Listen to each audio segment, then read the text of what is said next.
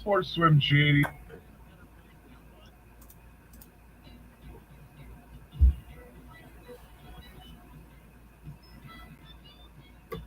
This is the morning sports desk for Friday, August 25th. All right, Corey, high school sports is back on last night in terms of high school football. The Bertha Hewitt Bears had a game against Hill City Northland yesterday, and we're off and running in high school football around the region in 2023. Yeah, I did. I checked it out a little bit. Bertha Hewitt won 20-18. They got a fourth quarter touchdown in the last 4 minutes of the game and got a stop and were able to take a knee. And good win for the program. And they're 1-0 on the season. It's a new section for Bertha Hewitt, Verndale, and I believe Sebeka getting kicked out east a little bit with the additions into 9-man of Ottertail Central and Underwood out in the west. So they get moved east. It'll be a fascinating dynamic to see those teams kind of deal with this. A bunch of teams that haven't really played very often, which is kind of the fun part of high school sports, is get to go to these different places and get to see kind of the different parts of the state. Hill City Northland, of course, just kind of in the middle of nowhere in that Reamer area, like Outing, Emily, like north of Emily, kind of that's right, kind of by Brainerd. It's like it's an interesting kind of mix over there. So good for Bertha Hewitt. They got their first win of the season. Verndale and Sebeka are tonight. So that'll be another good 9-man game. That one's more of a local match, but still, we got high school football.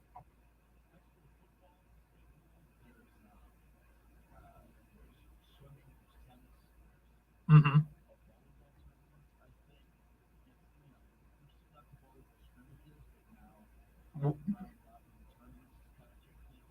Uh-huh.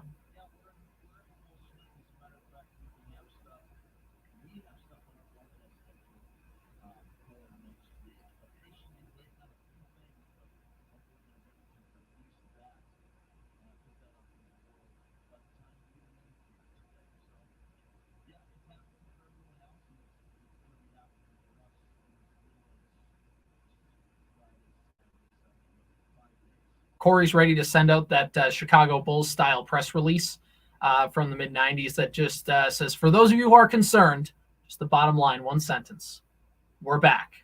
And that'll be us next week.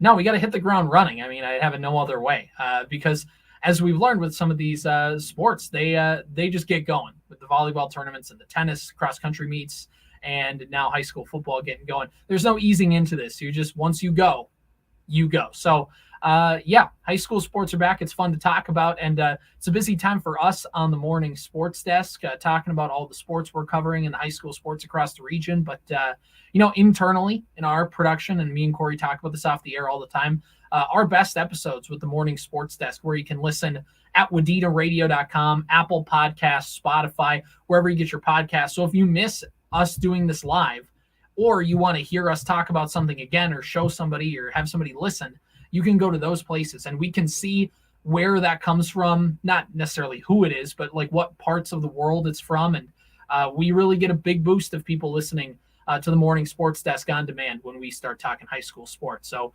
really excited to have that going again, Corey.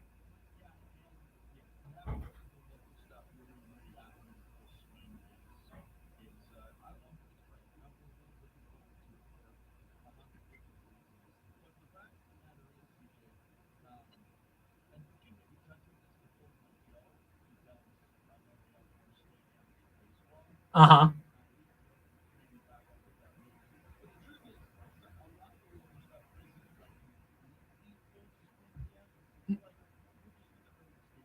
Yes. Is that a pun with full swing? Pun not intended.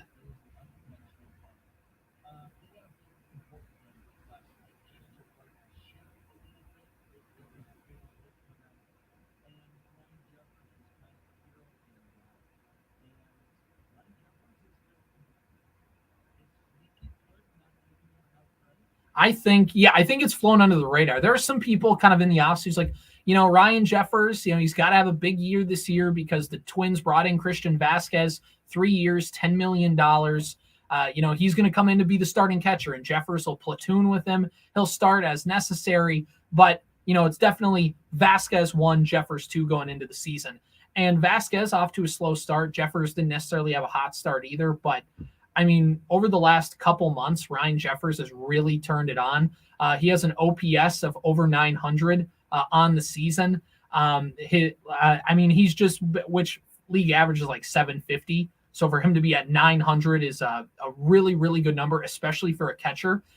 The power has come on. Ryan Jeffers, like you said, Corey, a big 2-run home run yesterday to give the Twins the lead in the 8th inning. It was a pinch hit home run. Corey, was off the very first pitch. It was a hanging slider over the plate. And the interesting story after the game was Carlos Correa said before the inning, because Carlos Correa was on third base at the time, he hit the game-tying double to score Matt Wallner. Carlos Correa said before the inning, he went over to the team's batting cage, which if you walk up the clubhouse tunnel, there's a team batting cage. And Jeffers, who was on the bench for most of the game, was just hitting off the pitching machine. And he kind of said, "What are you doing?" And he's like, "I'm hitting sliders right now. Like I'm working on sliders because this one Rangers pitcher, there's a chance that, I might have to go face him later in the game. It's like, if he throws me a slider, I want to crush it." And he, like Correa said, he was hitting him hard in the cage. Then as Jeffers was going to bat, he walked past Gallo in the on-deck circle, and he said, "If he throws me a slider, I'm putting it into the seats." And he threw a slider, and he put it into the seats. That's an I'm him moment. It's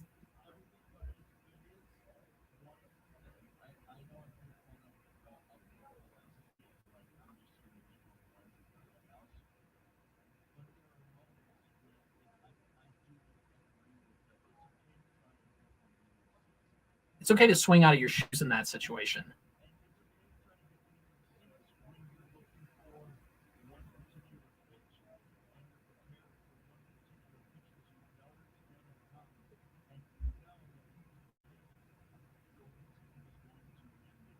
Mm-hmm.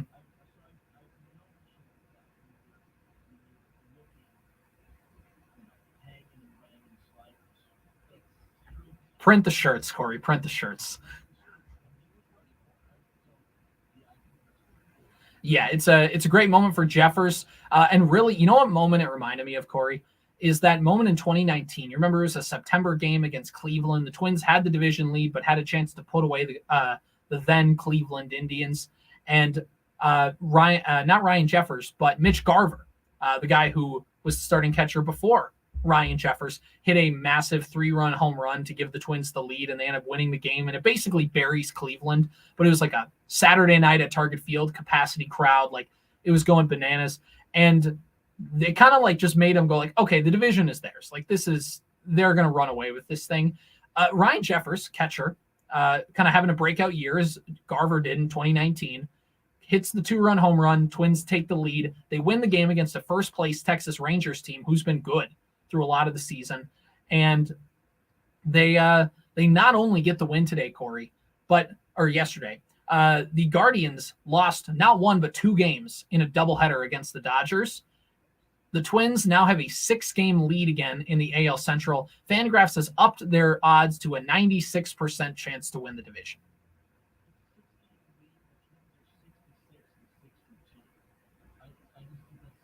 It's crazy.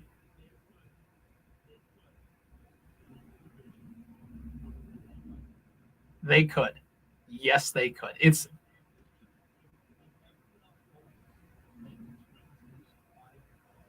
the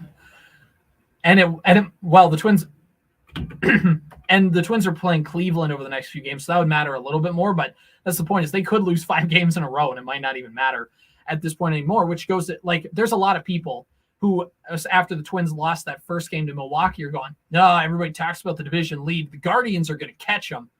No, they're not. Like, I know everybody thinks of last year and the Guardians catching the Twins and running away. This is not the same Guardians team. They're much, much worse than that team last year. Like, they're not a good baseball team. Terry Francona is talking about quitting. Like, that's where they're at this point. Like the Guardians franchise is kind of in a really rough. They're like where the Twins were last season. They're just nothing's going right. They're in a real rough spot. So to think that the Guardians are just gonna now it can still happen. I'm not ruling it out, but the odds that they're going to catch fire seem more and more unlikely.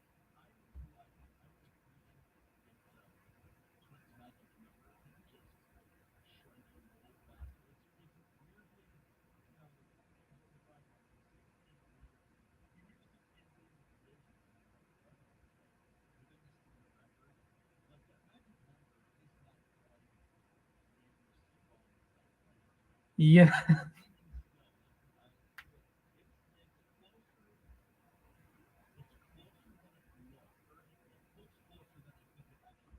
Uh-huh. It's it's not good. Don't worry, Corey. The White Sox are getting better. They fired their longtime general manager because they wanted new results, and they promoted from within. But don't worry, that guy that they promoted from within of the team that's had a horrible culture, players are lazy, management's not held accountable. Don't worry, they promoted from within of a guy they just hired the year before, who was in charge of the Kansas City Royals. Don't know if you know this, Corey. The Kansas City Royals have been bad outside of 2 years for the last 20. So Tony La Russa is coming. Tony La Russa, the guy who ruined the young White Sox core over the last couple of years, or kept it stagnant, or held them back, whatever way you want to say. He's coming back as an advisor. So glad to see. Yeah. Uh huh.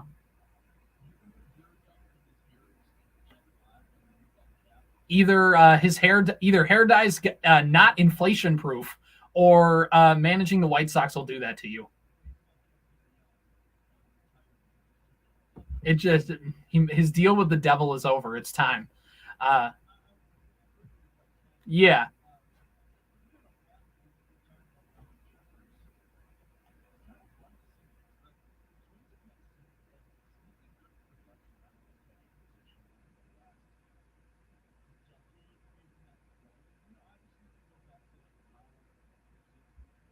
Uh huh.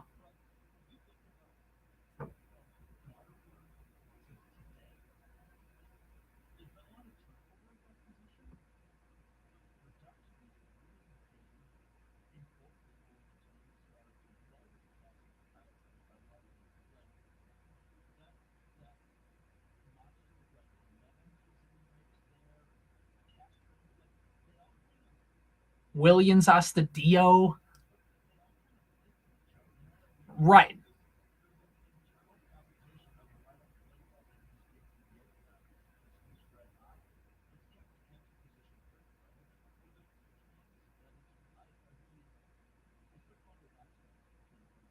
Well, yeah, and you're right. And the way that the way that the Twins like to do handle catchers, and the way that I think baseball generally does is, in the old days it was Mauer's going to catch every day except Sunday. That's his general off day, and like you get Mauer into that routine. But now baseball's treated it a little bit differently. They say, what if instead of like an 80-20 split, because catching is just so tough on players' knees, and they're just getting banged up back there.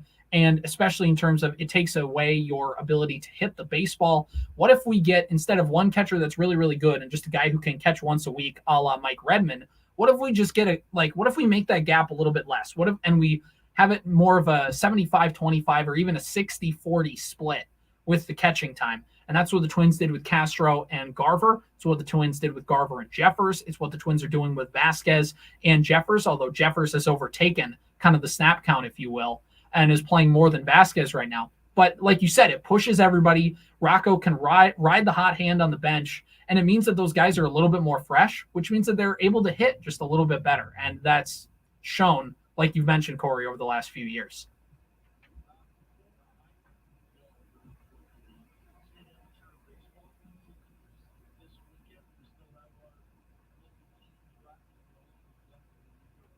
Uh, Well, according to the New York Mills Millers official team Twitter account, it says they retweeted a post that says, in Litchfield, the Millers will take on the Sartell Muskies at 4:30 on Sunday. So that is the matchup there. And if I look at the official Twitter page of the Bluffton Braves, we have they're back in action tonight. They're going to be in Litchfield. That's a 7:30 p.m. first pitch. They are taking on the Monticello Polecats. And Corey, don't you love amateur baseball because you have the Bluffton Braves playing the Monticello Polecats? It's, the towns are totally similar. All right. Yeah. I mean, it's the fun of amateur baseball, and we're going to talk a little bit more about it in Amateur Hour next hour. So stay tuned for that. And if you miss it next hour, you can head on over to our website, wadenaradio.com, and you can find that as well as the KWAD Facebook page for Amateur Hour. And congratulations to the Millers on getting that state tournament win, and the Braves play their first game of the state tournament this weekend. A lot of baseball, going to be a lot of fun, and we'll talk about it more next hour in Amateur Hour. This has been the Morning Sports Desk for Friday, August 25th. It's 7:31 on KWAD. Here's MNN News. Minnesota News Network, I'm Brent Palm. Minnesotans can work toward careers in the cannabis